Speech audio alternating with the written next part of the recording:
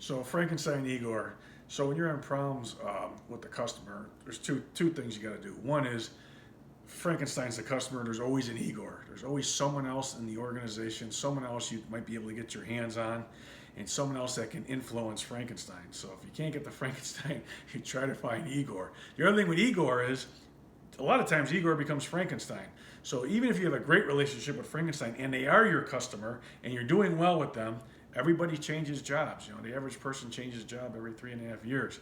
And then a lot of times Igor gets into the spot. So even if you're good with Frankenstein and you ignore Igor, when Igor gets to the spot to be a decision maker, he's going to want to kick you out because you didn't pay attention to him when he was there. So anytime you go to a customer or you're trying to get a new customer, you got Frankenstein, you got Igor for sure, and then try to find other people that Igor associates himself with or Frankenstein associates himself with. We always say when you have a account, every contact is a string, right? The more strings you have, it's harder to cut a rope than to cut a string.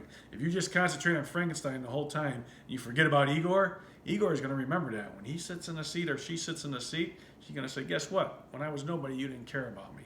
And then you're going to end up losing the count. So remember Frankenstein, there's always an Igor and there's always other people involved. Try to get as many of them on your side as you can.